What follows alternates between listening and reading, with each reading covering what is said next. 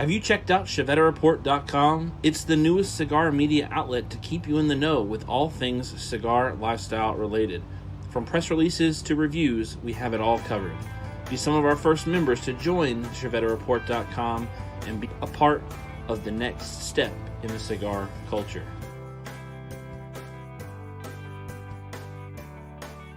ChevetteReport.com.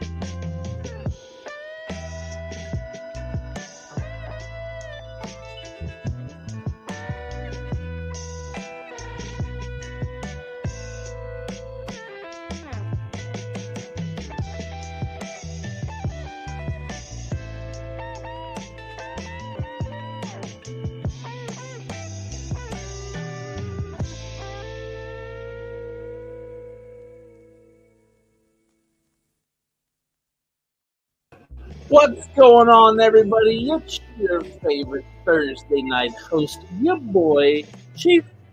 Actually, I need to check and make sure my microphone is the right microphone. It was the wrong one. The right one. You should be able to hear me a whole lot closer.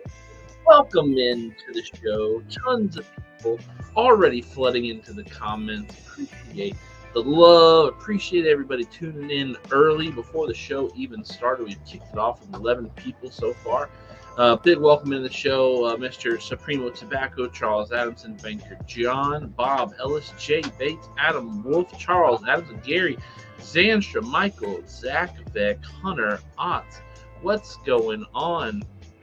Let's come back over here, and I see that we've got some love reactions over on Facebook from Hunter Ott, Jay Bates, and Adam Wolf, and a like from Mr. Michael Zach Beck. Before we do get into the show, I do want to make sure that you guys are hitting the love button, hitting the like button if you're over on YouTube, hitting the laugh button or the reaction or even the angry button on Facebook, because all those reactions are fantastic and wonderful and useful here on Chief Talk. Before we get into the show even farther, I do want to say a big shout out and thank you to both of our show sponsors every single week: Drew Estate Cigar, the rebirth of cigars, and Quality Importers, the place to go for all of your cigar accessory needs when it comes to cutters, lighters, ashtrays, travel humidors, stand-up humidors. You name it, they most likely got it in the cigar game. And now, back from vacation, with that wonderful melodic music playing in the background, Bob the Cigar Guy, welcome into the show. Welcome back from across the world. Yeah, buddy. I'm back. Still sleepy, but I'm back. Still sleepy? Still sleepy. You slept the whole flight over? No, Bubba, I couldn't. I wish I could. And I wanted to sleep that 7-hour layover in Miami, but I just couldn't do it. Yeah, sleeping in an airport is pretty difficult to do. Charles Adamson, Olmec Claro for me tonight. Ooh, fantastic cigar. Supremo Tobacco with the Uncle Worldwide. Welcome back, Bob the Cigar Guy. Can you not hear Bob? It's on. It should be. It's rough. I know it shows me that his mic is indeed working. You have me muted, eh? I don't have you muted. Let me just make sure my audio is. Oh no, for whatever reason. No, wait. HD Pro. No, oh, that's what it was. Oh, I see what's happened here. Is it's not registering Oh, I see. Because I'm a dummy. I'm a dummy. I forgot to plug in this microphone. Sorry. I had my actual microphone plugged in, charging before the show, and I'm over here looking at the box, and it's like it's reading, it's recording. Um, there we go. You should be able to hear Bob the Cigar Guy, no problem now. You should be able to hear me a little differently as well. Adam Wolf, welcome back, BTCG. I know you guys had a wonderful time. It was a blast. Bob Ellis has got the Tabernacle Havana Seed. Adam Wolf's got a Tatawahe Chuck and a Newcastle Brown Ale to start. He said we both sound better. Yeah, so what it was. So this box, right, is what's currently connected to me, right? It's the microphone itself. This is the microphone, but I have it on a lavalier, so that's where the sound's coming through. And I had it plugged in instead of this being plugged in. This is the receiver, and so this has to be plugged into the computer for you guys to actually hear us. And I had my microphone plugged in accidentally. Well, on purpose, because I was charging it before the show. I just forgot to switch it over. So let's see. Chief, you should know you always got to blame the dang dongle. It is plugged into the dongle, so that darn dongle. We've got a couple people who've already told us what they're smoking, what they're drinking. Bob the Cigar Guy, what are you smoking over there? Because you've already lit up. I am. I'm doing that Diamond Crown, that gorgeous Connecticut shade cigar. Thought I'd have something a little lighter today. Because you just smoked so heavy while you were in Europe. Wasn't that heavy. I did smoke probably 3 cigars a day. Before we get into all of that, I want to get into my cigar. So I figured you brought these back for me, and you didn't tell me to smoke them on the show tonight, but I figured why not break into this on the show. This is a brand that I've had before, but this is a cigar that I've never had before. These are some little Cohiba six wide short. So I don't know anything about them, if that's just what they're called, is the Cohiba 6 wide. I don't know what that stands, what it means. I think they're called the wide short. There's 6 cigars in that box. The wide short. Maybe it's just called the wide, and there's 6 of them, and they're shorter. Possibly. It comes in a cool little box. Pulls straight up, and then this little back pops down like that. And then you've got the cigars already in there. So I'm going to pull one out. These are just little cigarellos. No, they're bigger than that. You think? Yeah. Cigarillos are like 0.10s. So it doesn't have it. You could undo it like a regular cigar if you want to, but it also has this little perforated line up here. So it looks like you can kind of pull it apart like a pack of gum. Like a Swisher Sweet. They're pre-cut. How about that? And it looks like a Cuban. It looks like a cigar. Actually, it just looks like a cigar. It does have the little Cohiba. It's got the wonderful Cohiba band up there. Obviously, it's got the. I don't have to worry about it. This is actually one that it's unopened. The little Cuban stamp is actually fully sealed and uncut. I just cut it open for this one, so I didn't have to fumble around with it during the show. But I figured, why not smoke this since you just brought it back? I'm going to light it with these Cuba matches made in Taiwan. Yeah, but they're cute. And the Cuba bag it came in. Yeah. That was kind of neat. Little tinfoil bag. I actually taught the lady to give me a couple extra bags just to give them to me. Yeah. Oh, yeah. There we go. So the Cuban cigarillo. Haha.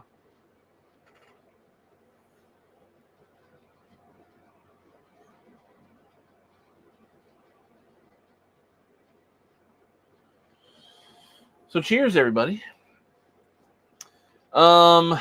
Let's see. Sammy Flo Good evening, everyone. Drinking H2O and smoking H99 double Corona. I love the H99. Banker John, Bob the Cigar Guy. How were the European prices? Did they make Canada seem like a steal? It was a touch and go. 21 people. It was hard to find cigars at all the little stations. It's called Tabac, Tabac, and they're basically vapes and cigarettes and pipe tobacco, and roll your own. They have a big following of people who buy these little T90 filters, these little rolling papers, and just little tobacco. It comes like a kit, and so you just roll your own cigarettes. I asked the guy about it, and he goes, it's a whole lot cheaper than to buy cigarettes that are pre-made. And so that's really popular there. You see lots of people sitting out in their little, you can smoke everywhere there. So everybody's eating dinner out on the lanai and on the street at the little vendor places, and they're all smoking these little cigarettes. It's kind of funny. And so the prices were, I found one that was almost Canada prices, and then the rest of the ones I found, when I finally found them, they were manageable. They still weren't cheap, but they were a whole lot less expensive than Canada. That is for sure. We were talking before the show about how you were kind of disappointed with the cigar scene over there. It was disappointing. Kind of, and for me, when you were explaining the process of, or how you went to the cigar shops, and when I think of Europe and cigars, and I probably have because I've seen it in movies of like London and whatnot, and I just think, right. London cigar shops are like all of the European cigar shops. Right, you're not. You said that some of the shops just kind of reminded you like a vape shop here. Yeah. Small little bitty places too. It was really disappointing. I was expecting, like you were expecting, a gentleman's place, a big, big nice mahogany. Everybody's dressed up and there's chess tables all over. It was nothing like that. Sammy Flo says, welcome back, pretty boy Bob the Cigar Guy.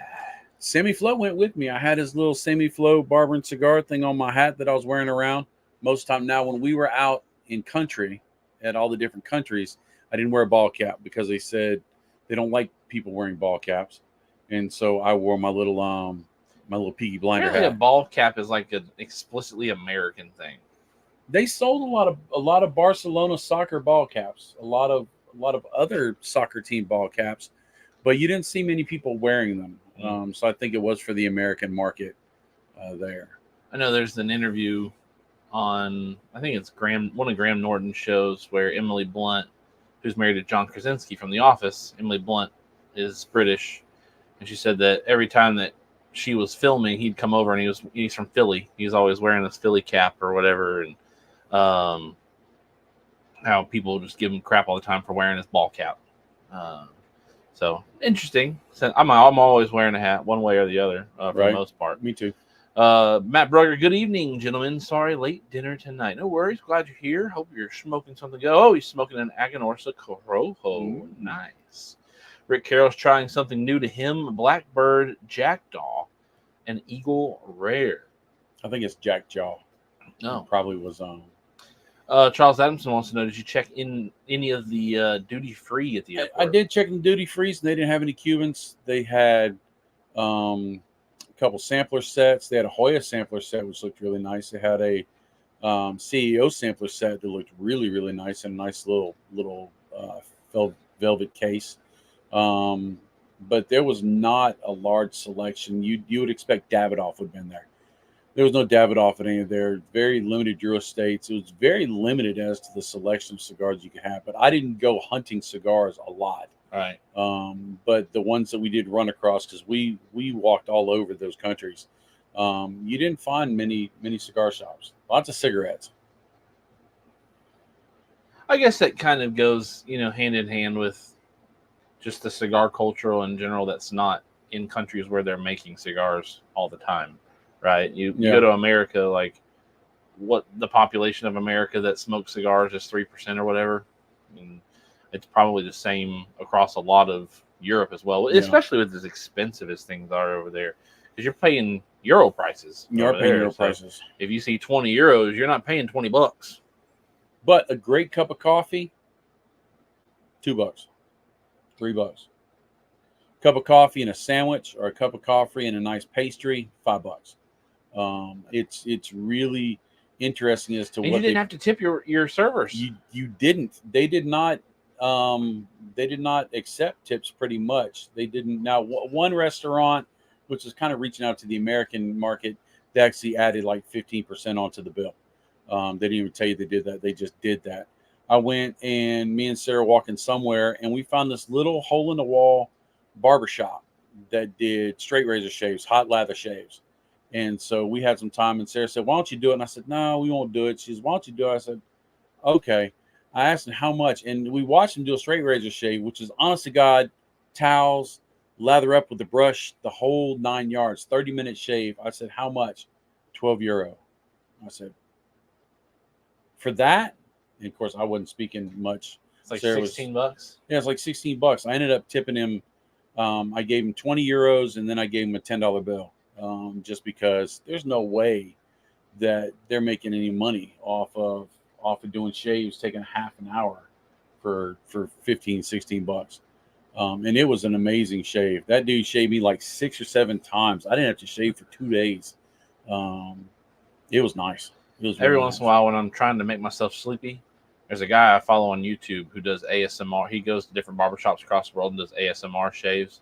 For whatever reason, listening to that blade go across stubble on somebody's face makes me sleepy, man. Bob Ellis says, "I know when my son goes to Italy, he says there aren't really lounges like here. He had trouble finding anything for me." Now, I wish you would have been able to have gotten to the other side of Italy where Francesco lives, Right. because Francesco would have taken spots. He would have taken care of you. He'd have made sure that Yeah. like you would have either gone to the spot or Right. his spot or Right. something like that. But And when we got off the boat, France, I typed in Le Finland. It was 10 minutes away, and I'm like, "Oh, babe, once we get done with the tour, we do this now." We got on the tour bus. It took us 50 minutes away, and I'm like, "Oh, there goes that." well, And I messaged him and I said, "Hey, my parents are coming into Marseille in a couple days. What should they see?" And he got back to me the next day, and he was like, "Hey, what do they like to do? How long are they going to be there?" And then I think it was like the day you guys were there when he had messaged me back. And I think I had talked to Mom, and you guys were already back on the boat or something like that. I was like, "Sorry, man." It sucked because I really wanted to go in. Because Sarah's like, "Well, why don't we call them and set up?" I said, "Yeah, if we don't go, then they're waiting on us." I said, "We'll just show up." And I was expecting to show up and just go take some videos and hang out with them a little bit, but it just didn't. This wasn't about the Cigar Guy trip. It was Bob's Cigar That would Guy. have been cool though, because you'd have gotten to see them right before they went to Inter Tabac this week. So you might have been able to walk away with something, which would have hurt my feelings. I would have brought you back something, one of them little red tags that I have coasters on my backpack, right? I've got like 70 of those. Jay Bates says, "I have some Rogue Peppermint in and have an H99 Papas Fritas on deck around 9. The blackbird is jackdaw. It's a type of bird." Charles Adamson said, "Where did you fly home from?" Barcelona to Miami, and then Miami to North Carolina. South Carolina. South Carolina, yeah. Bob said he ended up getting him some Toscano Antico. They had Toscanos there, little 5-packs. A lot of Toscanos. That was in almost all the shops when they had cigars. It was Toscanos, and then the next one was Zinos, the Zino Yellow Box. Zino Nicaragua. Sammy Flo says, "Tipping in America is getting out of hand. Buying candy and they expect tips. Not if you buy candy corn." Sammy Flo. My son's girlfriend lives in the Naples area. That pizza, it's legit. It is like no pizza you'll ever have. The crust was about as thick as 8 or 9 sheets of copy paper, and it was delicious. I guess though, when you got to go to Italy, you either got to get pizza or pasta. Yeah, we were in Barcelona, and if I didn't see 1,000 Iberico hams everywhere, they have buildings that just had shops that just had Iberico hams hanging. That's something I've yet to even try yet. Now, my buddy who lives in Italy, who's from Italy. He's an Italian citizen. He lives in Florence, so that's the other side of the country.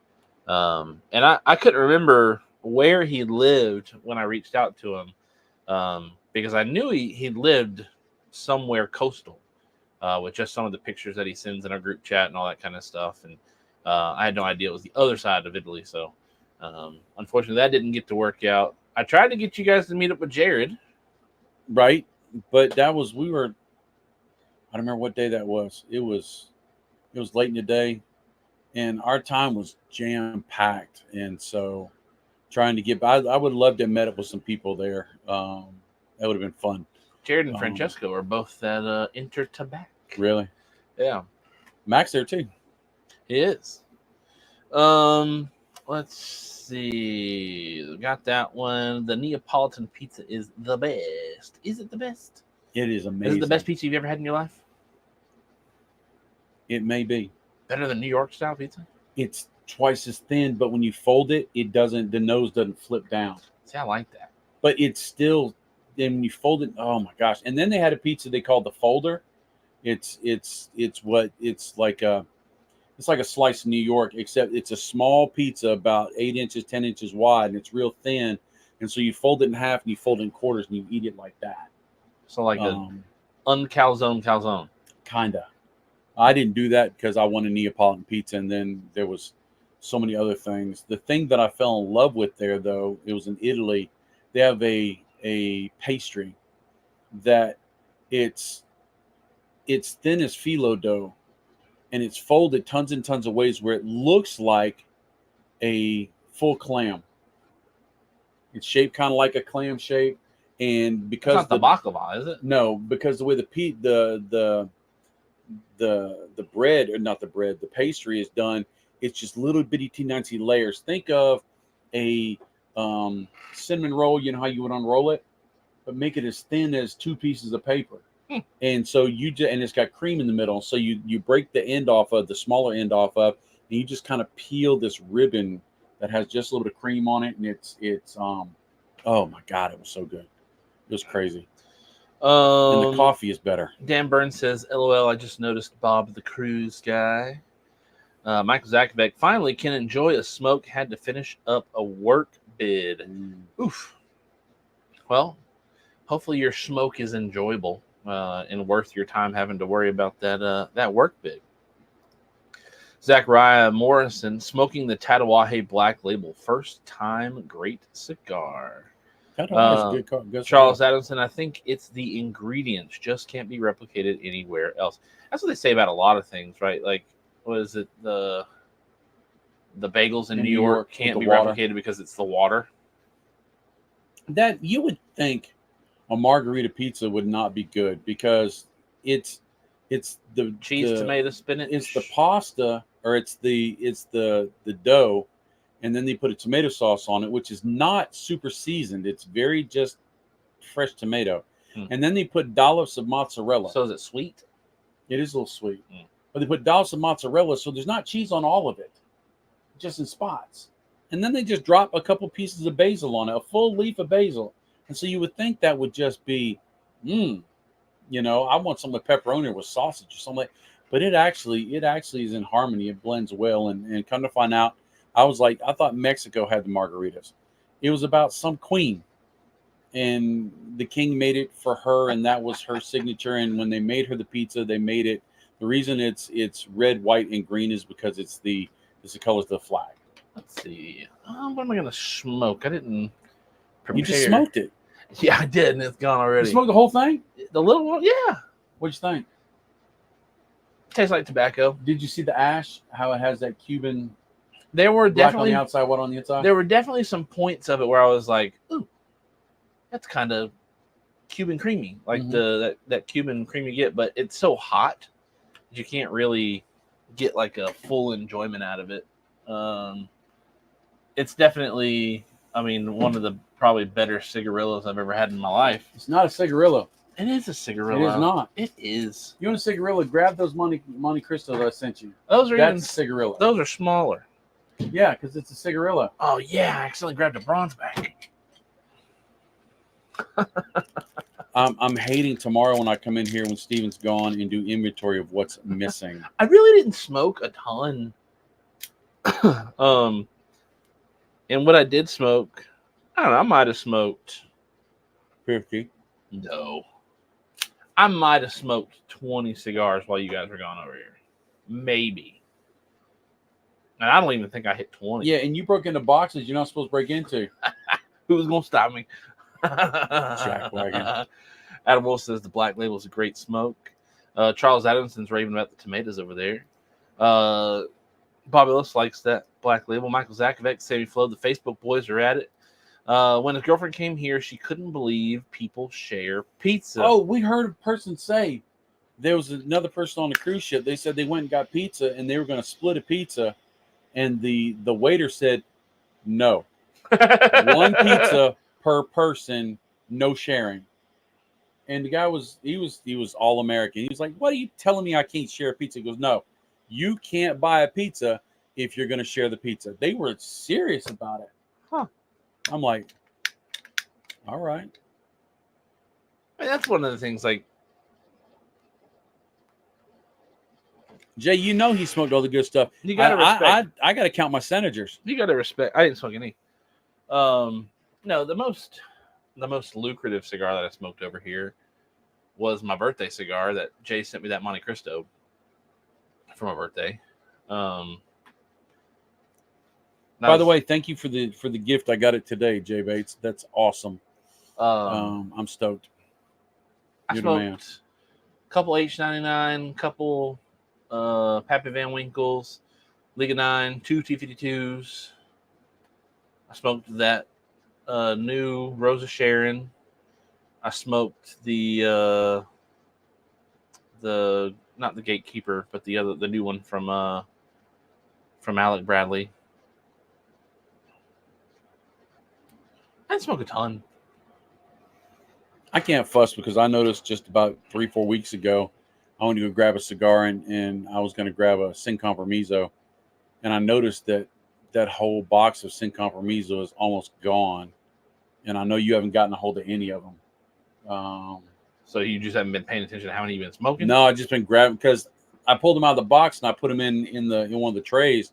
I just slide it open. I grab one. Well, I slid the tray all the way open. I'm like, oh no, put that back, because I worked those pretty hard. I did. It's easy to run through cigars when you got them. Yeah, Especially the good ones. I mean, and it's a shorter Sin Compromiso, so it was good for the reviews new and one. stuff. The new one. And so I was using it for reviews and using it for videos and stuff. And so you don't think about it, right? But there's a whole bunch of reds and blues right next to it that I hadn't been picking up. So Bob Ellis says they each get their own pizza. She thought we were uncivilized. it's crazy. And the pizza is very light. It doesn't weigh you down. A lot of the food, I had a lot more rice than I had expected. I thought I'd have a lot more pasta. But I had a buttload of coffee. Oh my God, it has some. And fizzy water. Oh, fizzy water. So good. You just say, I want gas. And they give you it's still or gas. And so you say, I want gas. And they give you the gas water. How about that? No, I didn't smoke all the good stuff. There's still plenty here. Don't you worry.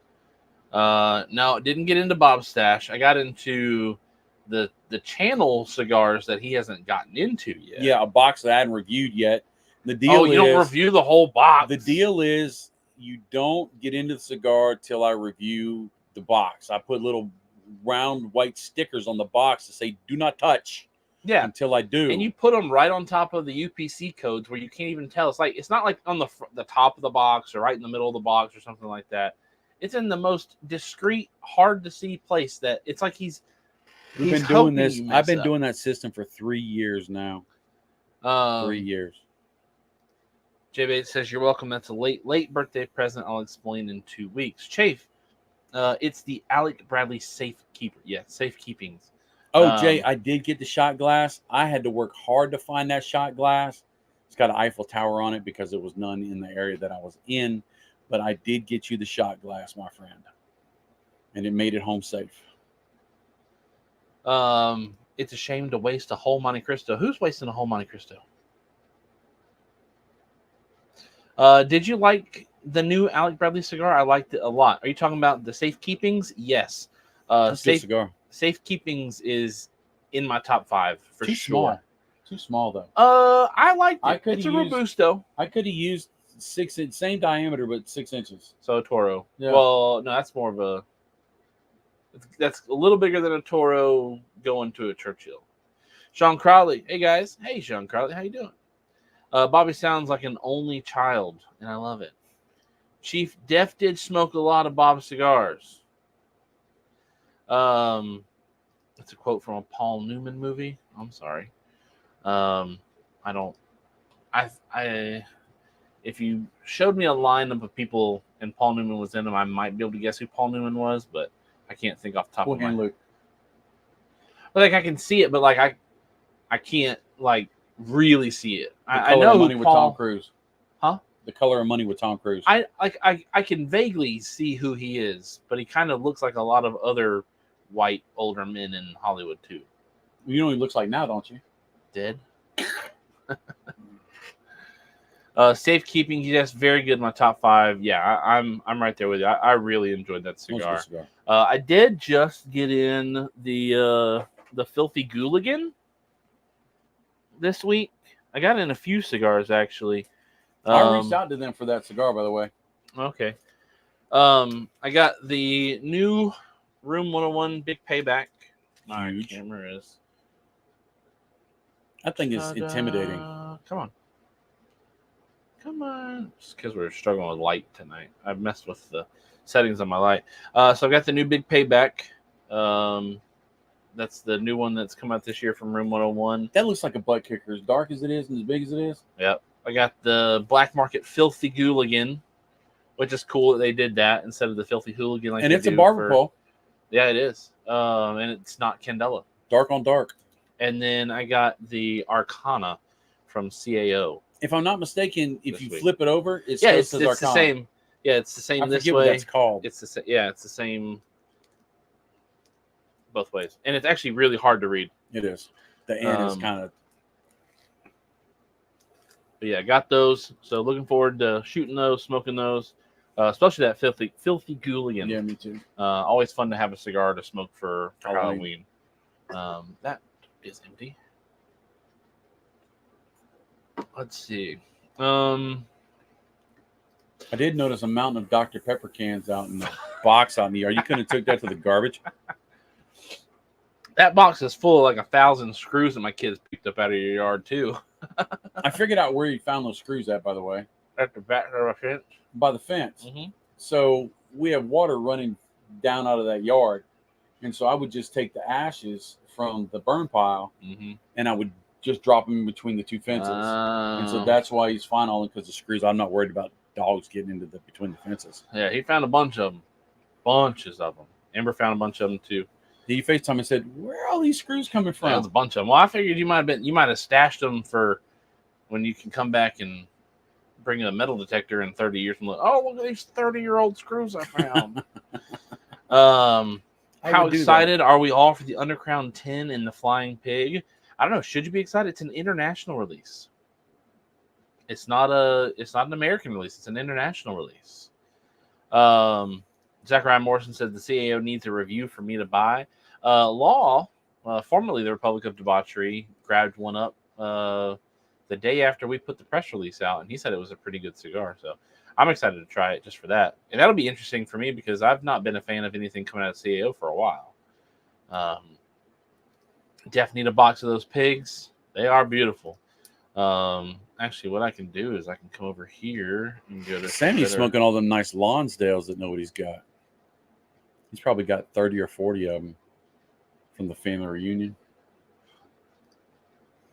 That actually pulled up a link for me to write an article. I don't want to do that. Drew Estate has launched a few things this week with Enter Tobacco. And we will go over that here in just a second. Share a screen. So the one that I posted yesterday, 2 days ago, is this new Undercrown 10 Flying Pig International exclusive. Neat box presentation. It's by a the way. very beautiful box. Absolutely. It actually reminds me of the Oliva 135th. That's exactly what I was going to say. Yeah. It very much looks like the Oliva 135th. The 135 Oliva actually is more of a fan. This is more like a rainbow. Right. Right. Well, So that's because the shape of that shape of that cigar. lends to that size, right? But I thought that was a beautiful. It very much reminds me of a Liga Privada type box. Absolutely. Outside of it being, which I mean, I guess the Undercrown 10 boxes are that color scheme. You know, the gold, the dark mahogany looking wood, and then that blue. Mm-hmm. But it reminds me a lot of like a Liga Privada style box. Undercrown is a cigar born from the hands and heart of our factory floor. The Flying Pig Vitola is a symbol of life's rugged journey and now added to our 10th year anniversary, a decade of dedication. If you love pizza, Mexican hot chocolate, walks in the rain, pina coladas and such, we got you here, bruh. That's from Jonathan Drew, founder and president of Drew All right, I want to Estate. smoke a cigar that tastes like walks in the rain. So then a little bit of the story behind it is, you know, the blend came to life when they were smoking too many Ligas out on the floor, and they said, "Hey, you guys are smoking too many Liga Privada out here because you were allowed to smoke 3 cigars or something like that a day while you were working," and they were just smoking the good stuff. And they said, "Look, stop smoking the Ligas. Create your own cigar." And they created that cigar, and they caught wind, and they said, "You know what? We should make this a regular production cigar." There it is in all of its full glory. Beautiful cigar. I love the pig. Got a Mexican San Andreas Negro wrapper, that nice dark wrapper we know with the Undercrown 10, with some Connecticut broadleaf, Brazilian Matafina, and Nicaraguan tobaccos. It's 100 by 23 millimeters, so that's a good. And it's obviously it's 100 at the juncture, the midpoint of the cigar. And it's 3 15/16 long. Could they not add one more 16th and just call it a 4-inch cigar? Seriously. I mean, they could have, sure. This is something that we're going to be doing here soon, actually, the JC Newman 2024 Brick House Bricktoberfest. I have them right here. We talked about this last week. I think there's some 2023s left, too. It'd be kind of neat to do a comparison. I think this is the same blend. I think from what I was talking about, this is a different blend from 2022, but we didn't get the 2023s. We got 2022s. Did we? Yeah, we didn't get these last year. So the blend is different from 22 to 23, but the 23 to 24, I believe, is the same blend. The first bombshell that Drew Estate dropped on us was this new Papas Bravas, the international Papas Fritas. So it's it looks like the normal 25 count or 20 count box, I think, of Papas Fritas, but it's the Papas Bravas. Now, the Jonathan Drew quote here I had to edit. I call these little bangers because you smoke them to the very end, basically until you burn your fingers. Expect notes of licorice, black pepper, sweet spice, and good old tobacco stank. The definitely full body. Oh, and you're welcome. It has a Claro look to it. It does. A ruddy brown. So it's got the Connecticut broadleaf Escuro wrapper with some Brazilian Matafina, Honduran long fillers, Nicaraguan tobacco. They've got a 5x54 and a 6x52. Oh, so there's 2 sizes. How about that? Licorice, black pepper, herbal notes, sweet spice, and it's a full body feel to it. Going to be European retailers. So definitely something to check out. Some of those places that sell the Drew Estate International cigars. I can't say it because they'll get me in trouble. Series of full body cigar that promises one of a kind smoking experience featuring distinctive pigtail cap. It is meticulously crafted with a mixed filler blend of 3 distinct Nicaraguan tobacco varietals and 1 Honduran leaf. The Brazilian Matafina binder complements the star of the show, a rich Connecticut broadleaf Oscuro wrapper. This dark, oily wrapper delivers the complex, robust flavors in line with the higher-priced Liga Privada Unico series cigars. I wonder if these are the trimmings of a Liga series, like the Papas Fritas and the Nasty Guys. Oh, how the regular Papas and Nasty are trims from the 9 and the T52. That'd be interesting. let's see. We've had a ton of comments since I started looking over at the. Let's see. It's okay, Chief. I got some friends in the UK that might be able to get me some. Hey, heck yeah. I for one am actually jealous. In a while from the international releases, like the year of the don't really make me jealous. Bauhaus, definitely. So I love the Bauhaus. But I'll tell you what, that Papas Bravas and that Undercrown 10. Also, one that I have not written out yet that will be up on Shadow Report tomorrow is the Blackened line is now going to Europe as well. Is it really? I think it's just the S84, but I could be wrong. Let me go read my email real quick. I saw it on Instagram actually before I got the press release from Josh. Now, Selection de Mercado is a real good European cigar as well. Well, yeah, and I take that. Yeah, that's another really good one too as well. I have a few things that I've got to write up for tomorrow actually. Blackened M81 Maduro to the core and S84 Shade to Black by Drew Estate now expanding internationally. And it's all of the Vitola sizes that are going to be over there in Europe now. So, Bob Ellis, when your son goes back to Italy, maybe there'll be some Blackened there for him or for you. I'm not still sharing my screen, am I? So I can't close down my. All right, now I'm back. 2 weeks until the Kentucky Barn Smoker. Woohoo! Yeah, buddy. I'm excited. I'm looking forward to it. It's your first one of the year. Yeah. Yes. The Big Payback looks like a lot of cigar. Yes. I already put it back in my bag. Figure I could probably. Yep, I can pull it out blind. That is. It's dark. 7x70, I believe. It's dark. So it's definitely a big old Hong Kong only. For the year of the series, but those are the international releases. So Intro to Back is going on right now in Dortmund, which is the rest of the world cigar trade show. It's the biggest trade show out there, and even so bigger than Nicaragua's. And so all of the European retailers, Asian retailers, African retailers, Russian continent retailers, I'm sure, are all there to be able to pick up on those cigars. So I'm sure you'll be able to see some of those sites eventually with some of those cigars. And for those who collect all the pigs, they can use that box to display all the different pigs. Yes, they can. Mexican hot chocolate. Like the Homer Simpson. I love the Undercrown 10. I'd love to try it in a pig. Zachariah Morrison didn't like the 2023 Bricktoberfest. I'll have to try it out. I didn't have one last year. And what I've been told is that this is the same blend to expect from last year. Didn't have the 2023, but I wasn't a fan of the 22. I think I enjoyed the 22. I did too. Now, this one says that it has a pigtail cap, and I'm not convinced it's the pigtail. I know they call it a pigtail, but it's more of a pescado tail, in my opinion. I showed the camera last week, but I'll show you. Yeah, it kind of does like a. So it's more like a fishtail to me. Yeah, instead I was of thinking a pigtail. I agree. I actually smoked one of these before the show started, and I had forgotten that it actually had a pigtail on No it. cellophane? No, they're cellophane. I took those out last week. I pulled one out, and I was like, that's not a pigtail. And so I pulled out another one. I was like, oh, that's the same thing. I smoked one of these before the show and forgot it had a pigtail. And we talked about how the feral flying pig has like a real pigtail on it.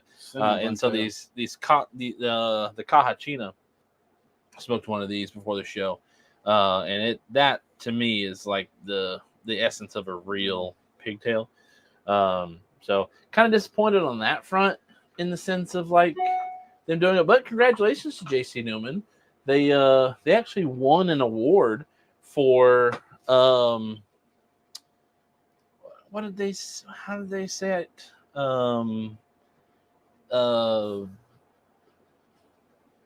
What's the name that I'm looking for? Boutique blend. They got the best boutique blend in the world for the Angel Cuesta at great cigar at the Intro Tobacco trade show. When I saw boutique, next to JC Newman's name, I was like, JC Newman's not boutique, but No. maybe they're talking about the blend because it is such a limited blend. Let's see. Hope they are in Germany by November when I'm there. I hope so too. Peter Jones, I need to get my digits on a Selection de Mercado. Probably spelled it completely wrong, but you get what I'm trying to say. It is a little wrong, but I understand what you're talking about. So the pigs will be in Europe. Yes. Angel Cuesta, best boutique brand. Supreme Tobacco knew I was struggling with the word, so he got it in there for me. The only thing I don't Luckily, like my about brain Angel- kicked in. The only thing I like about Angel Quest is that the whole cigar is a band. There are a lot of bands in that cigar. It's the whole thing, that big red band all the way down. And I like to see the cigar before I buy it. But that's just being picky. Nice cigar, Adam Wolf. So I saw that, and I thought, I don't think you can put the name boutique next to JC Newman. It's kind of hard, isn't And it? I've never even thought of a blend being boutique. I would have never called it boutique. I would have called it limited edition or seasonal, not boutique. And because to me, when I think of boutique in the cigar industry, I think of small company who can't produce a whole ton of cigars. So they don't have Right. the cash flow. Don't have a bunch of recognition. Tobacco's limited. They're coming into their own. They're under 5 years old. Because for a while you could technically call Saka or Foundation boutique because they were brand new on the scene. Now they had a lot of pedigree behind them, and now I would say you can't call them boutique. Well, then there's companies like M. Bombay, who's been around for over 10 years, and they're Right. still boutique. Isabella, Bombay, Cafe, you got a lot of companies that are still boutique that are like old school boutique. They just have never Step to the next level. Yeah, they don't either have the cash flow, the blends don't sell as well, or they just want to Right. stay small. Right. Which I do know, like some companies do hope to kind of stay small. Steve Saka doesn't like getting bigger. Crown He's- Heads doesn't really look to get huge either. I would say Crown Heads is the very last step of boutique. I don't think you can call them a major brand, but I think you could call them a major brand. What do you think about Roma? I would say Roma is past the boutique. I guess I would put Roma Craft, John Huber and them with Crown Heads, Black Label Trading Company. I think I would put those types of companies in the senior varsity boutique, right? They can be senior varsity boutique or they could be JV Superstars, name brand. And another reason I think that about JC Newman especially is when you go to PCA, right? They have one of the most commanding booths at the trade show. JC Newman, yes. JC Newman. And not to say that because you have a big booth means that you're the best brand that's there. JC Newman's booth is bigger than Saka's booth, but I would smoke Saka over JC Newman. Or Foundation's booth is smaller than JC Newman's booth, but I would still rather smoke Foundation, right? JC Newman's up there with my father's, but with Gurkha, with JC Newman and Arturo Fuente share a booth. JC Newman technically owns Arturo Fuente. So for me, it's like when you put boutique next to, like, it's a wonderful accolade, but almost I think if I was JC Newman, I'd be like, boutique, boutique. So congratulations to JC Newman and Angel Cuesta for getting the number one accolade spot. But it did just kind of come off as a little weird for me. Is West Tampa boutique? Absolutely. yes. Sammy Flo, I agree with you, Chief. Definitely not boutique. Yeah, I the way they phrased it was boutique blend. So I just wouldn't call it boutique blend. I would call it limited edition or seasonal release. Agreed. Because somebody called the Bricktoberfest limited edition. And while they are limited and they're only brought out one time a year, when I think of limited edition, I think of like one-time run. Right? Or only one shop can sell them, like the pancettas, right? Only one shop can sell the pancettas, or the belly, or how Saka used to be with some of his blends. Like the Don Derma is limited edition because Right. only Ronnie can sell Right. those cigars. all the cigars that came through Smoke Inn for a while, those I would have called limited edition because you could only get them through Smoking Cigars. Now, some of those have gone national, right? Wagashi, Red Meat Lovers Club. So I wouldn't call those limited editions anymore. Bob Ellis, I can't get over that red. Probably my favorite cigar this year. It's a good cigar. It is a good cigar. I love that cigar. But I would still say that West Tampa is very much still a boutique brand. Up and coming for sure. I mean, there's a lot of pedigree that comes with Rick Rodriguez, the co-owner and master blender of West Tampa Cigars. He blended a ton of blends for CAO. And Casa 1910, Artesano Til Tobacco. Casa 1910, definitely boutique. I think they are the next breakout cigar brand. Artesano del Tobacco, they've only got just a small handful of blends, and it's 3 or 4 separate blends out of right.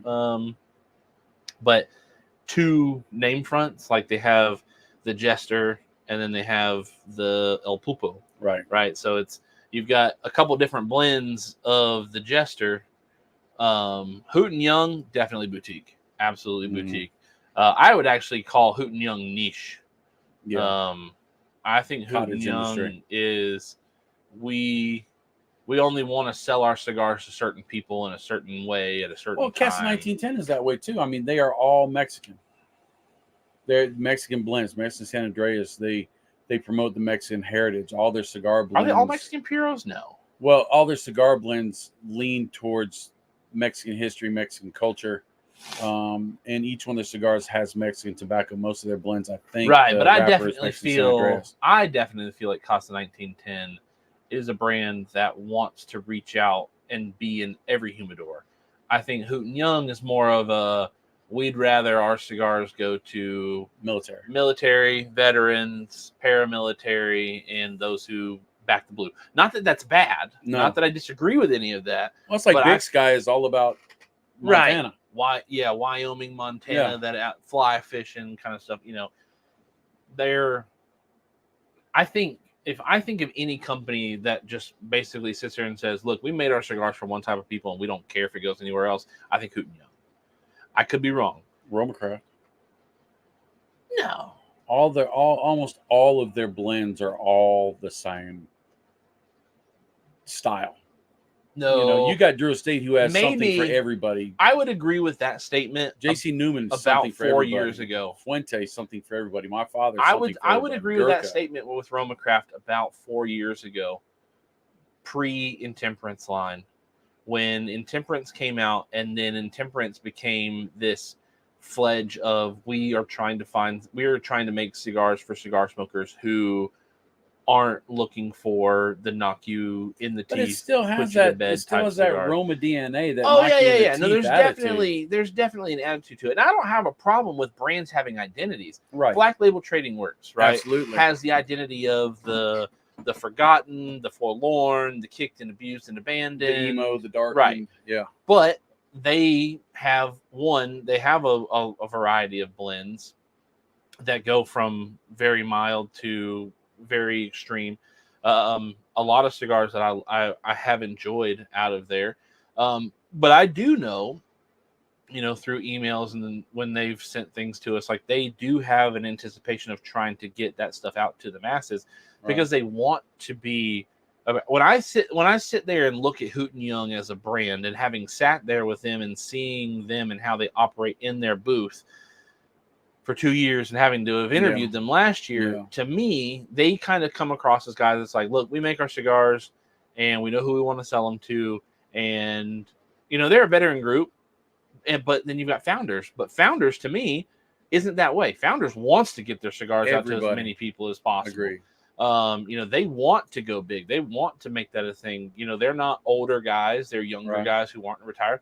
The guys at Hooten Young, they're a little older. They probably don't want to have to get on a plane and fly all over the country and do all sorts of stuff. And one of the companies that like to keep their niche that did it extremely well to me is Davidoff, because Davidoff, if you're I wouldn't Davidoff, say- you're Davidoff. But see, Davidoff Right. has Camacho. Davidoff Right. has Zeno. Right. Davidoff So I wouldn't even has- call it niche. I would call it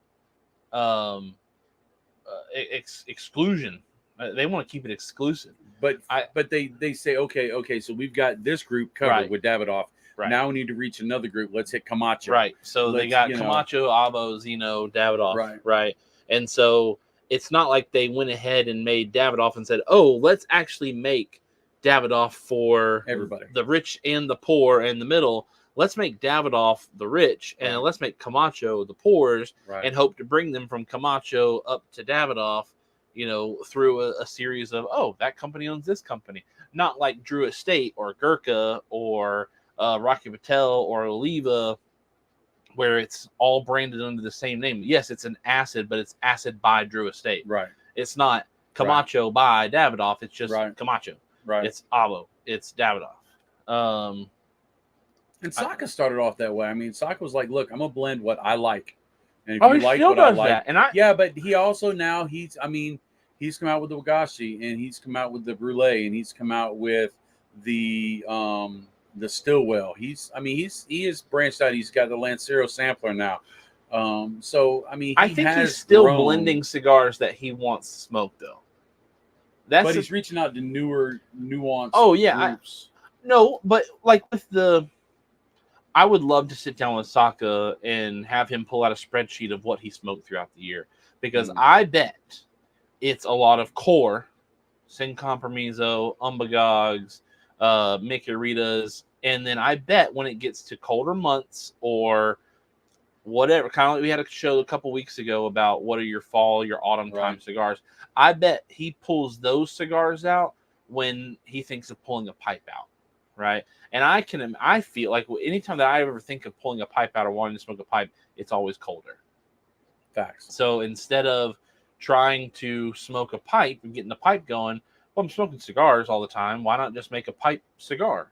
So I definitely think he's still, because he says, he only blends cigars to market that he wants to smoke, because he wants to smoke them, because that's all he wants to smoke.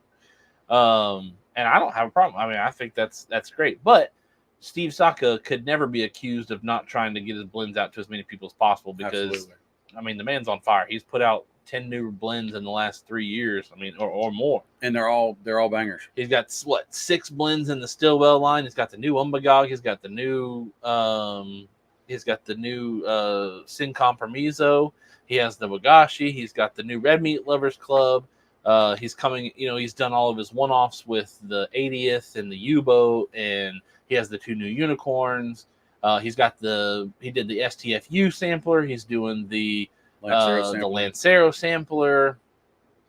So I mean, he's definitely doing so. And some of it is humor, right? The GFY Lancero sampler and the STFU sampler were one-offs of, quit asking me for this stuff, because here it is. I don't want to make it. So here it is. You keep asking for it. Here it is. And when you don't like it, GFY. But he's one of the smartest social media guys out there. He enjoys it. I think he is the best interactive face on social media through big companies. I think he does it the best. I think he does it the most. He does the most engaging.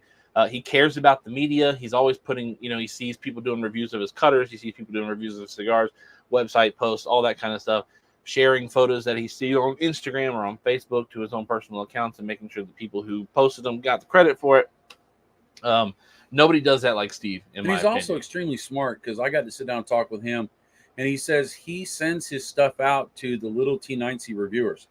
He doesn't want it to be just a Dominated cigar by the big aficionado and half wheel. He uses them that as well, but he also wants to get out into the small little whatever. I mean, when he started, he was in a freaking Ryder truck driving across country, right? Going to different places for 6 months. And Right. that's how we first met. Right. So.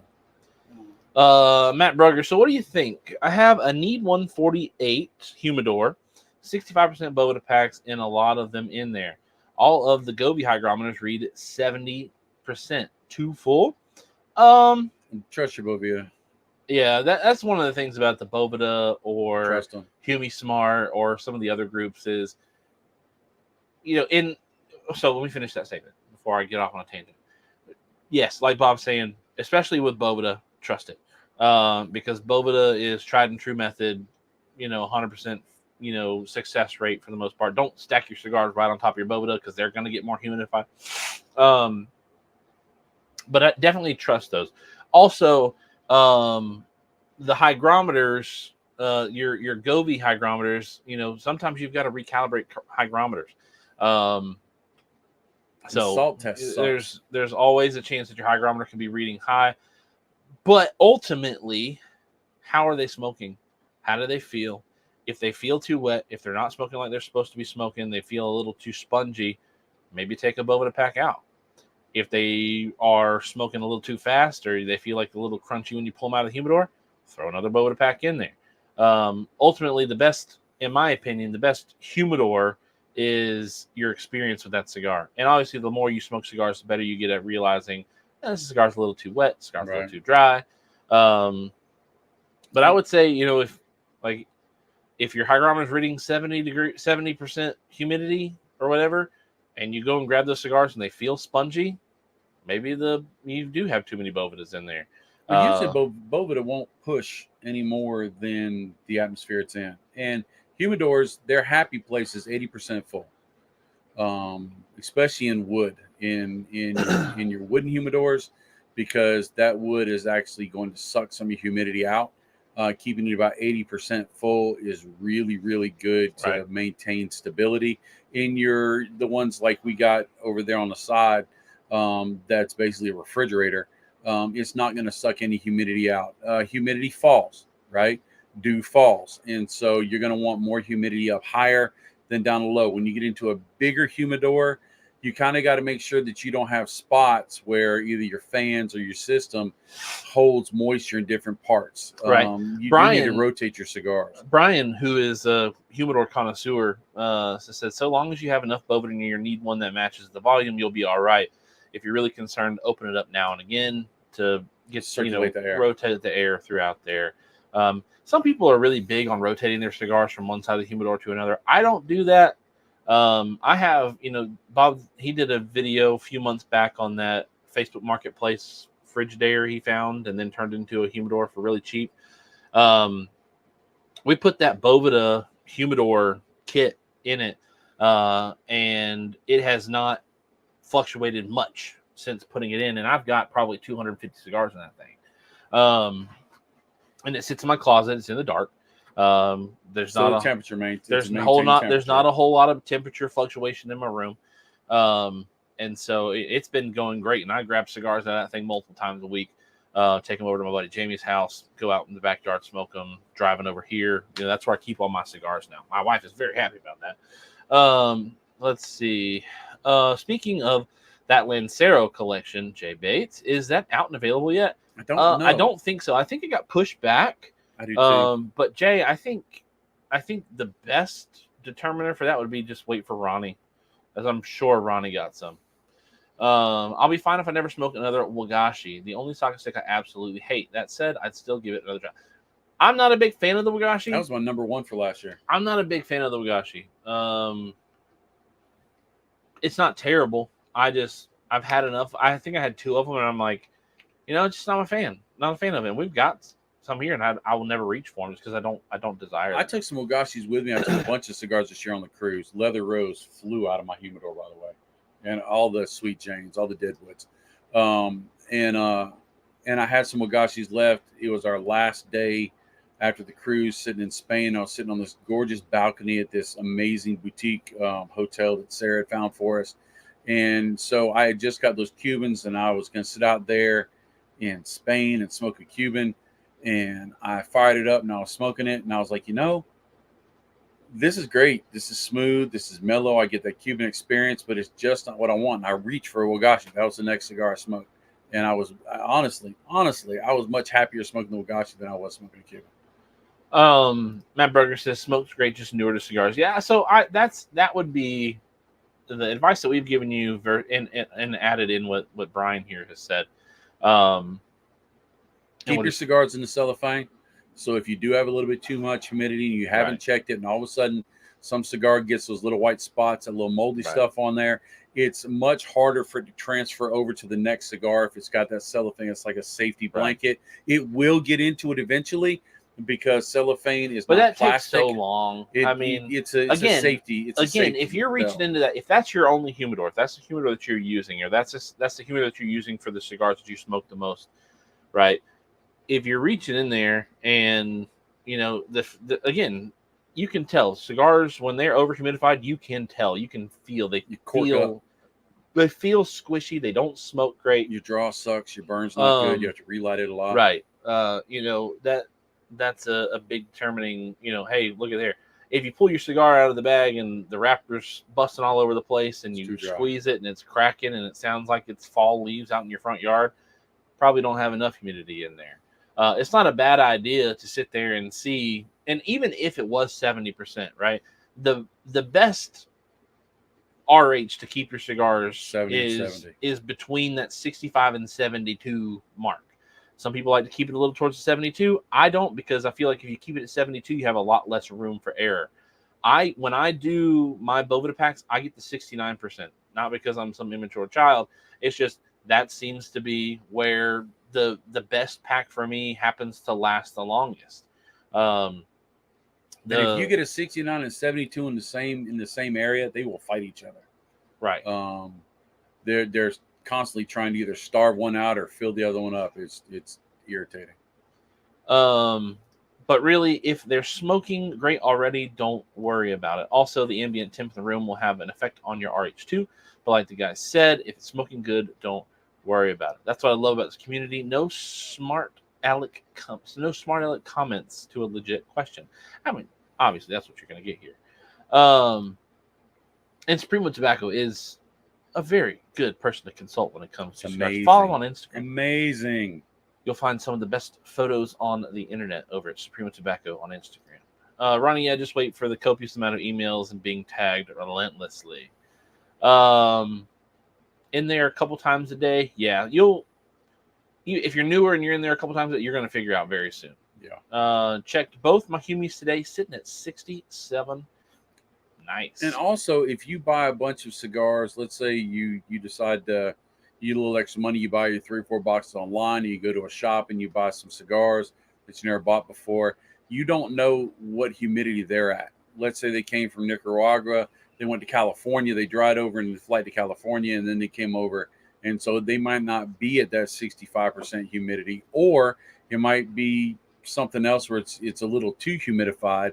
And so the cigars and the atmosphere and the humidor, they all love each other. They all want to be in harmony.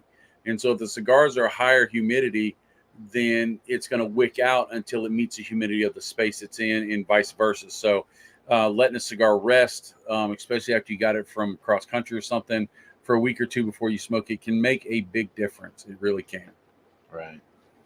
While we're at it, we're here and say a big thanks to our sponsors, Drew Estate Cigar and Quality Importers, taking the time out of their busy financial years to make sure that we can continue to put on a show for you guys every week here out of the Smoke Easy Studios, the Dream Builders Studios.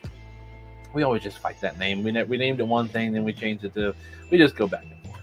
But we do want to give a big shout out and thank you to Drew Estate Cigars, the rebirth of cigars, and Quality Importers for taking care of us every single week to make sure that we have the ability to bring you guys a show every week of the year.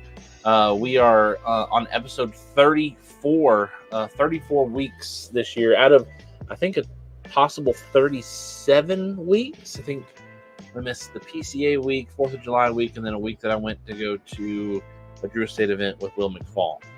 So it could be at 37, but we're at 34.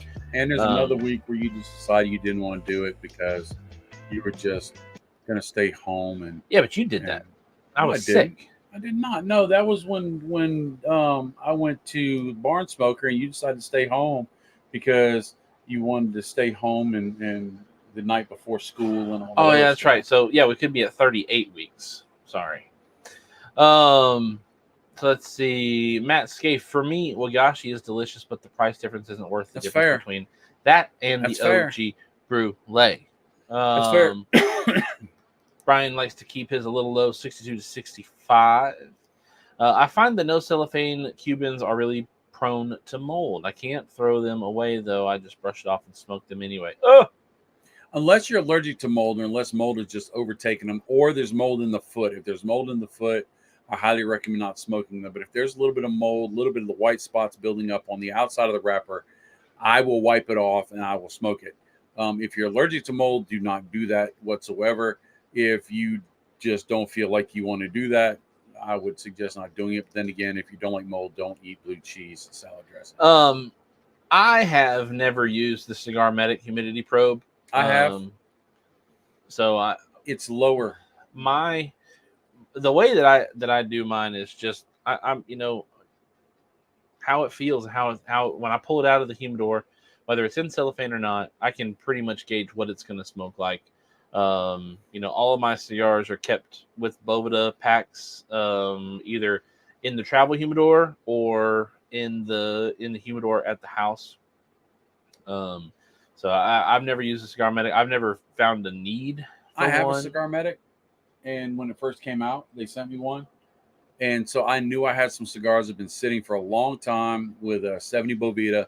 I knew there were 70 Boveda. They smoked like they were 70 Boveda, and they came out to be like 62 or Oh, wow. 58 or whatever. And it just dawned on me that the humidity in a humidor is set at 70 because those cigars don't take all that humidity. So you say 70% because it's just your Kentucky windage. And so then when you go with the actual true Cigar Medic's number, it's lower when it's really where it's supposed to be.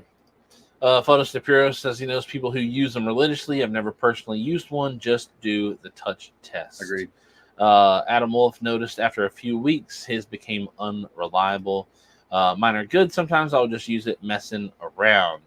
The touch test works for Adam Wolf. Bob throwing shade at Chief for not showing up.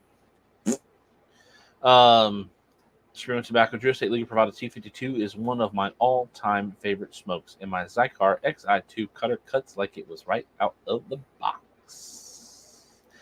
Bob Ellis says that all of his are in Tupperware with 69. Nothing wrong with Tupperware. You don't have to season your humidor. You don't have to anything else. It's a simple system. As long as you don't keep in direct sunlight, you've got no problem with it whatsoever. Yeah, I still have a few of my Rubbermaid containers with cigars in it that are cigars that are super special cigars, like my personal blends from Nicaragua, or cigars that I probably just will never touch, or maybe I'm going to go do some yard work and I just want to have a cigar. Don't really care how it smokes. Don't really care what it tastes like. I've got some cigars in Tupperware containers that are 6-8 years old that I've had since I've started smoking and just never really wanted to smoke them. Before we got our humidors, that's all we had. Right. Those Tupperware containers, tons of them. Then we went to little collapsible coolers. But now we're blessed with the opportunity to have a big cabinet humidor behind Bob the Cigar Guy. There's another refrigerator over here, and we still have I have some stuff that are in Boveda bags. I do too. Over here, I keep my prize stash of Cajachinas in the Boveda bag, just because it's easy. I can forget about it. And honestly, with those, I want to forget about them because I don't want to smoke through them so fast, because I will if I remember they're there. Like I smoked one today before the show. I'm going to take this other one home tonight, and I'll probably smoke it tomorrow. Just because I can't leave it alone in there by itself. Look, it just looks so lonely in here. You're so lonely. Smoke me, smoke me. Speaking of pigs, broke into these for the first time the other night. The new M81 blackened pigs. Oh, good. Now that you got that box, I can get one. I will say, as somebody who has not been a fan of the blackened M81 or S84, this is my favorite offering from the blackened line to date. I actually really, really enjoyed that cigar the other night. And I'm a big fan of the Pig Vitola. I love all the pigs. See, I like the Feral better. Well, that's a I mean, that's The Feral's apples. just a pig with an extension. It's two pigs. It's from a Chihuahua to a Dachshund. It's two pigs though. I mean, that's instead of an hour-long smoke out of that short pig, you get an hour and 45-minute smoke out of the Feral, right? Same thing with the Savage Feast. So that's like when Acid came out with the plush that was the two small plushes in the tubo. I forget what they called them. Started with Croqueta. I didn't like them because by the time you got it fired up, you already burned your fingers. I like the Croqueta. I really liked them because they were the small version of the plush. I liked they came in the tubo. There were two in there. You could, you didn't have to dedicate. You could smoke a full-size cigar and not have to dedicate time to a full-size cigar. Yeah, but if you had 2 3-inch Croquetas, which I think that's what they were, you only smoked 1.5 inches of each one. No. So you lost 50% of that You cigar. don't ever stop a cigar at 1.5 inches. You don't ever stop a cigar at 1.5 inches. That's a little over an inch. That's 1.5 inches, Bubba. Yeah, but look. If you were smoking a plush, would you stop a plush with that much left? No, on a I burned plush? my fingers. Exactly.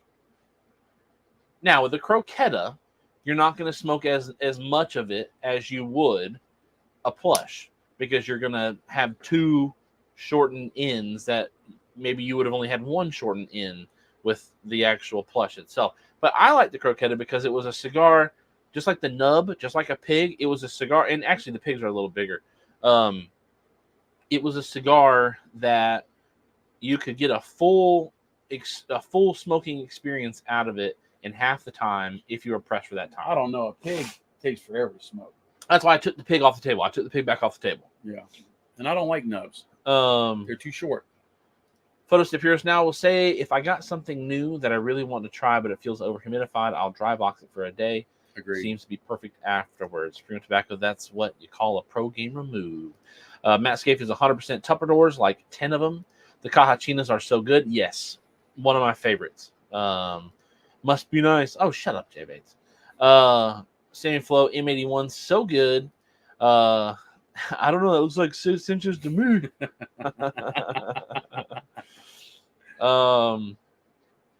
Here's a question. I picked up an Undercrown 10 from shop the other day. I know it wasn't. I know it was old because the price was way too low, but was good. Burn was good, but the flavor was gone. Do they age out? Every cigar that ages mellows. It does, and some have a premium where you age for 3 years. It's real good. 4 years, it starts to turn to carbon. Plus, every cigar that you get from a factory, a premium cigar company, is aged to some bit, right? Yeah. The tobacco's aged. The tobacco rolled up as a cigar is aged. So when everybody comes out and says, "Oh man, this Tatuaje has 2 years of age on it," it's like every cigar has almost that much age on it once it comes to your house, right? And if you dry out a cigar, let's say before it got to you, it dried out, all the oils disappear, and you can rehumidify it and you can smoke it, but it does not have the same flavor. It mutes all the flavors. The flavors go away a lot. So right. How it got done before it got to you could be some of the effect as to why. Right. It could have been a box that stayed shut, or maybe it was open to passerbys and it just got put in the back of the lounge. And didn't you just talk about smoking a factory sweet?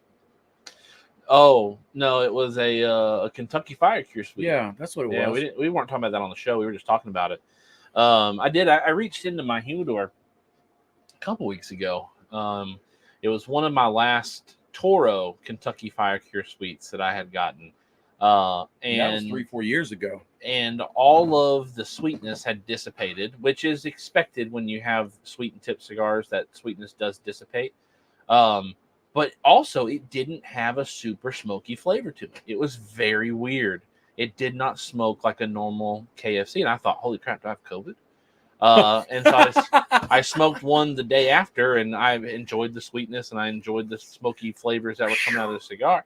But it was a very weird experience. It was like, is this a cigar that... Isn't that funny how you went straight to do I have COVID?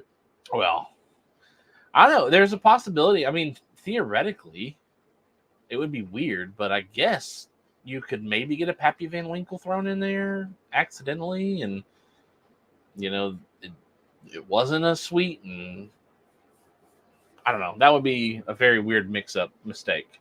But I did. It was very weird, very surreal experience to smoke a KSC sweet that I love and know the flavor of. Sweet Backwards, tip forwards, and to the sideways. smoke.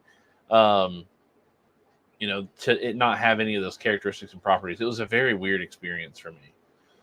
The U-boat is fire. Very impressed. Nice. Glad to hear that. That's another limited release. So kind of what we were talking about earlier. Now,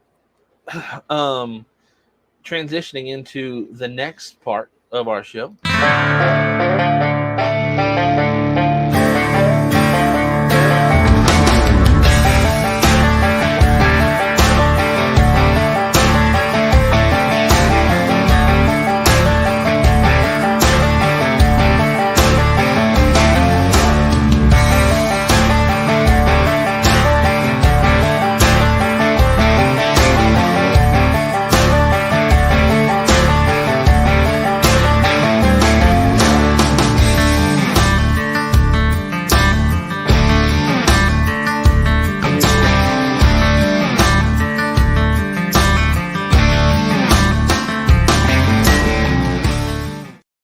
Barn Smokers.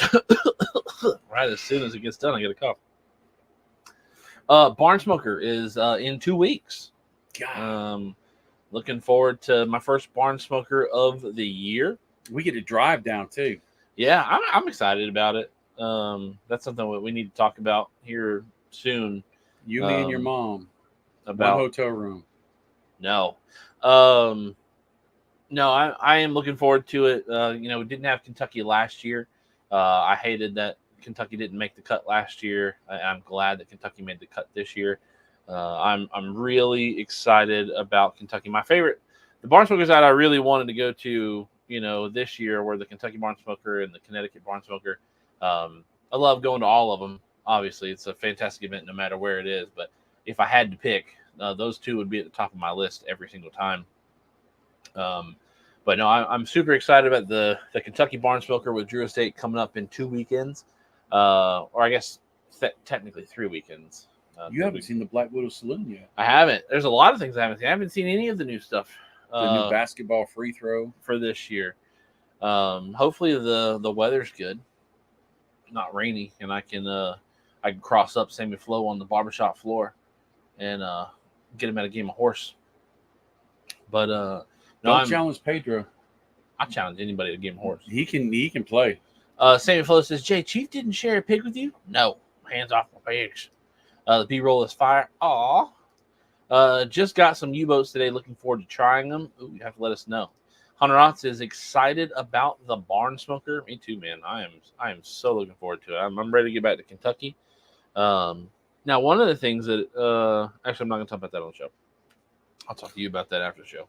Sorry, my brain was running, and I almost went a little too far. But no, I am excited about the Kentucky Barn Smoker. We are going to be driving, which some people say, oh, driving, it's the 6-hour trip. Right? It's like, okay, it is a 6-hour trip. But if we leave here at 5 o'clock in the morning and drive all the way there, right? We get there, which would technically be, 11 o'clock in the morning, but because of the time zone, we'd get there actually at 10 o'clock in the morning. By the time we got to the airport and flew out at 5:30, 6 o'clock in the morning, I don't even know if we have a plane that goes direct to Nashville. I didn't even look up the flights. So there's a chance that we would have to fly from Greenville to Charlotte or Greenville to Atlanta and then over. So you're looking at the same amount of time with a tenth of the headache when it comes to traveling. So for us, it just makes a whole lot more sense to drive to the Kentucky Barn Smoker than it does to fly. And then, and I can sing the whole way, and there's when you nothing come Steve back, can do about it. You're not having to worry about, baggage claim. Lighters. You're not having to worry about, we're going to Butane. We're going to take butane, lighters, cutters. Charles Adamson, this is the one you had to be at, brother. We're going to have all that stuff. We don't have to worry about having in the plane, right? We don't have to worry about getting back to the airport at a time. The airport's an hour away from the event, so we'd have to leave an hour to drive and then drop off the car, get to the airport, check in, Wait for fly, TSA, all that stuff. Yeah, there's not going to be any patting down. God, thank God. Here comes the sticker bandit. Lordy be, please no. Oh Lord, the sticker bandit. Now we do go past. Sticker bandit was in Europe. We do go past the Buc-ee's on the way to the Barn Smoker. So I'm sure since we're going to have Mom, we're probably going to stop at the Buc-ee's. And you'll get a bag of jerky. Charles Adamson says, any get-togethers on Friday night? I'm not sure. He usually is at Screaming Eagle. Kyle Davis. Charles, are you going to the Kentucky Barn Smoker?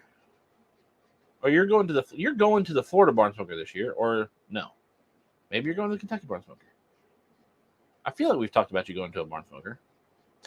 I know P-Face is going to be there. I know Hunter Ott's going to be there. I know Bob Ellis. I think Bob Ellis is going to be there. I know Jordan Young's going to be there. Brad Haney will probably be there. Robert Cash will be there. Buc-ee's brisket is trash. There's only one thing I want from Buc-ee's when I go, and that's the beaver nuggets. Beaver nuggets. You always get the jerky too. I don't.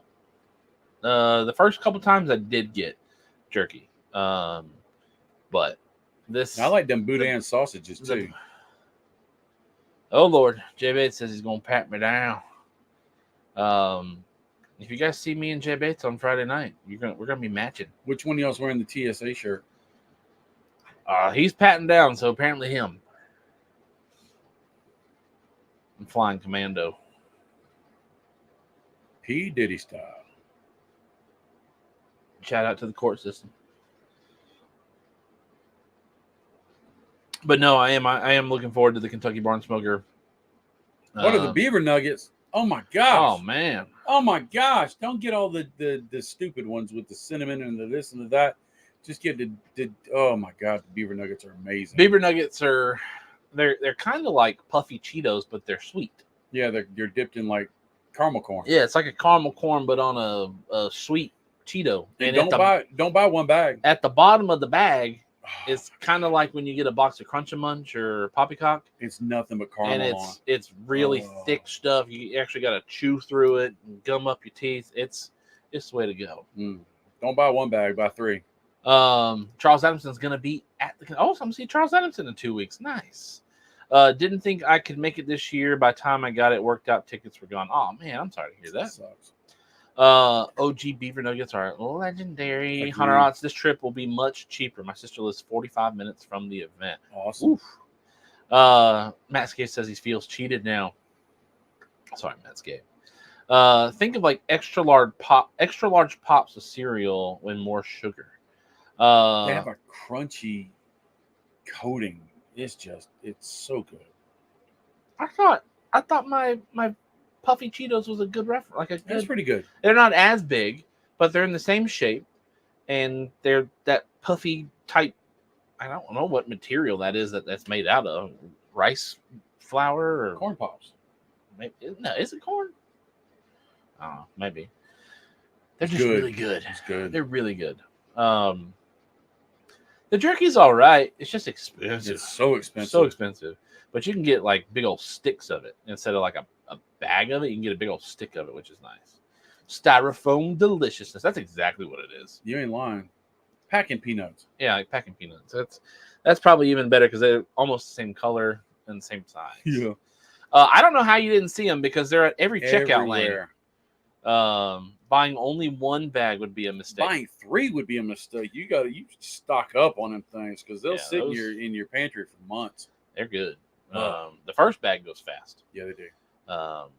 But no, I'm a big fan. That's about the only thing I really care about at Buc-ee's. Buc-ee's is an experience. Once you've gone to one, you've gone to them all. Because I've been to a few of them now.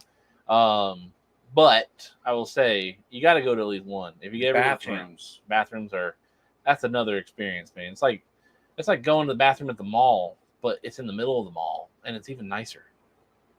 Lots of stalls. Women don't even have to wait long to go to the bathroom. I'm not a fan. Like I said, the brisket. I'm not a fan of their brisket. A little fatty. The sausage biscuits are pretty good. They're a normal gas station sausage biscuit. But if I had to say, if you had money to spend on one thing at Buc-ee's, get the beaver nuggets, baby. It's like Walmart, Hobby Lobby, a grocery store, and a bunch of other things all thrown into one. Yeah, it's very Hobby Lobby-esque in there. But then there's Tractor Farm Supply with all the smokers and all the grills and everything else out there. I mean, it's got everything. Yeah. There's the fire pit's really cool. I mean, it's an all-in-one country superstore. It's redneck Disney. Yeah, it is. It's like Target, but the people of Walmart. And Ace Hardware. Those bathrooms are insanely clean. Yes, they are. Look, that place runs like a well-operated machine because everybody at that place working there gets paid big time. Getting gas is, you gotta. It's a whole entire traffic organization just trying to get gas in there. But we usually don't get gas at the Buc-ee's. We usually just stop and park on the side of Buc-ee's and go in. Speaking of Kentucky, there's Robert Cash. There's old Robbie. Robert Cash, we're going to see him at the Kentucky Barn Smoker in a couple weeks. What if he's going to wear his big heavy metal trench coat again this year?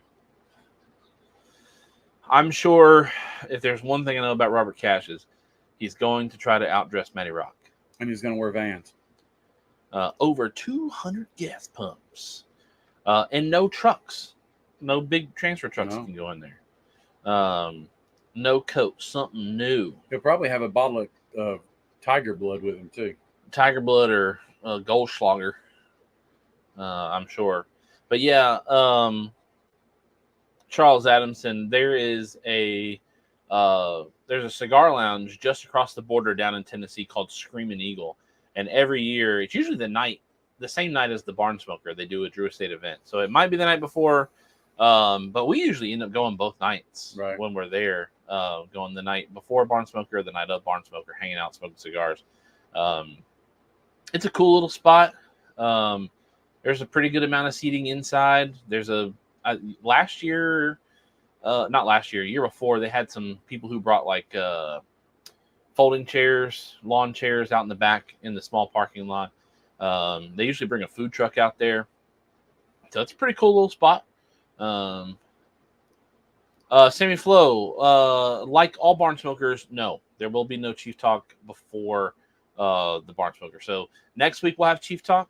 The week after we will not. I imagine because we're driving, we're probably going to try to get a good start. I would imagine we're probably going to try to leave around stupid early, 4:00. Yeah, stupid early. Just so, well, we've got to beat the traffic in Asheville. Once we get out of Asheville, you don't have any problems until you get to Knoxville. And Knoxville is really not that bad either. But once you get out of Knoxville, it's 4 hours to Nashville with nothing. And then once you skirt around Nashville, you go north and it's 45 minutes and you're home. So yeah, we'll probably get there early enough for the hotel to say, you can't check in yet. Which would be fine with me. So, neither Four Roses is now his staple. Brad Haney says, I did. It was a nice spot. We talking about the cigar lounge, Screaming Eagle? Are you working it pre-show or are we gonna hang? You talking about on Friday? I'm sure we will. We always have to do like our normal like walkthrough and pre-work with the Drew Estate crew, and then sometimes we go out to dinner with some of the guys. Sometimes we go get dinner on our own. I'm not sure exactly what it's going to look like, but I'm sure we'll end up at Screaming Eagle. And if not, we'll hang around the fire pit of the hotel. Right. Till ungodly hours of the morning. Right. Well, the Barn Smoker doesn't start till like 11 o'clock. So it's not like we have to get there as early as we normally do at 7 o'clock in the morning in past years. So, but there's usually not a lot of sleep on those Depends weekends, on the weather, too. Which is also nice about driving home on Sunday is we can sleep in. So we can run ourselves till 2 o'clock in the morning on Saturday night, Sunday morning, go to bed, wake up, get breakfast or lunch, and then drive home. So definitely, I'm super looking forward to it. Brad Haney, you're going to be the Barn Smoker this year? I know that's not too far for you over travel. Oh, he brought his chair and tightened it back. I don't know. Since we're driving, we could take chairs if we wanted.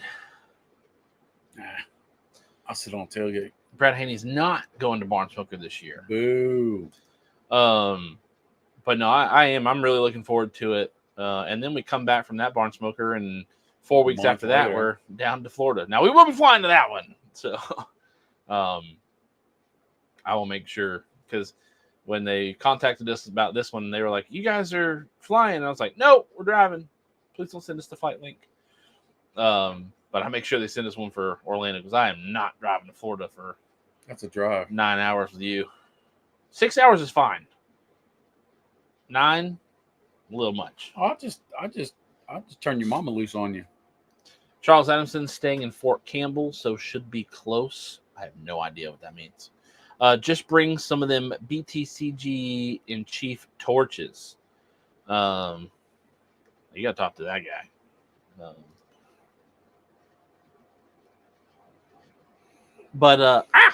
Right on the knee. We are right here at 10 o'clock. She is. She will be there with us at the Barn Smoker. We're right here button up, close to 10 o'clock. So we are going to end the show. No, Bob was complaining. He's still tired from his trip. And First Lady's going to all the Barn Smokers. Actually, she did such a good job at the last Barn Smoker. Christine, who's running it, basically said, if you want to come any one of the things, we would love to have you. So she got a personal invitation to come, and she actually gets to do the walkthrough, and she's actually a part of the process. She's a very important part to me, because she's one of the first people that you see, and it kind of sets your whole day. So she's stoked about being there and doing that. So, again, do want to come back over to here and say a big thanks to our sponsors, Drew Estate Cigar and Quality Importers, making sure that we can bring you Chief Talk every single week of the year that we broadcast. And just having a good time, sitting here talking with you guys. I don't think we had any ladies on tonight. No Stogie Sister, no Diana Burns. I don't think we had any of the ladies on this evening. So a bunch of dudes, big old sausage fest. No. Another great show tonight. Hope to catch you all next week. We will be on next week for sure. Fort Campbell's close to the Tennessee border.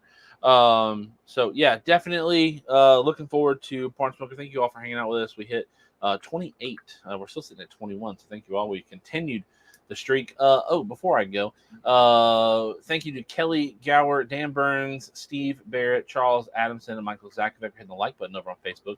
David Williams, Rick Carroll, Sammy Flo, Fran, Bob Ellis, Hunter Otts, Jay Bates, Adam Wolf for hitting the love button, and Gary Zanstra for hitting the laugh button over on Facebook. I'm sure you guys all smashed the like button over on YouTube. I definitely appreciate you guys taking the chance to do all that. It does mean a lot to us. It does mean a lot to the algorithm as well. We will be back next week. No worries there. So you don't have to worry about missing the show next week. So thank you all for hanging out with us. Have a great evening, fellas. Hope you all have a great Friday. Kick tomorrow's workday in the butt night, y'all. Like a Diddy party. No. Good night, everyone. Good night, everyone. Have a great weekend. Take care, guys. Have a good night. Love coming in when I can. We love having you. We love having all of you hang out with us. So without further ado, we're going to let the articles play on the way out. We love you, and we'll see you next week. Bye-bye. Have you checked out ChevetteReport.com? It's the newest cigar media outlet to keep you in the know with all things cigar lifestyle related. From press releases to reviews, we have it all covered. Be some of our first members to join ChevetteReport.com and be a part of the next step in the cigar culture.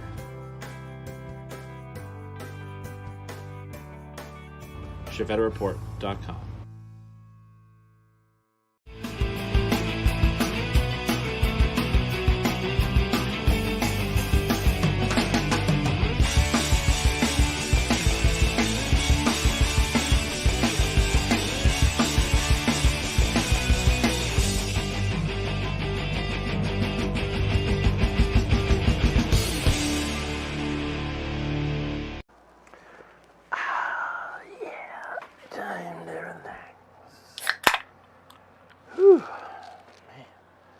I am beat.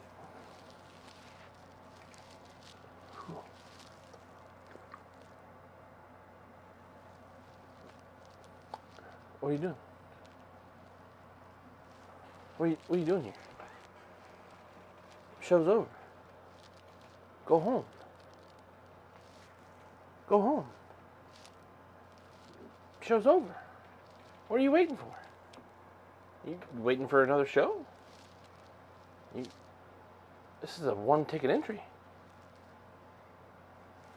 Go. Bye. Go. Go.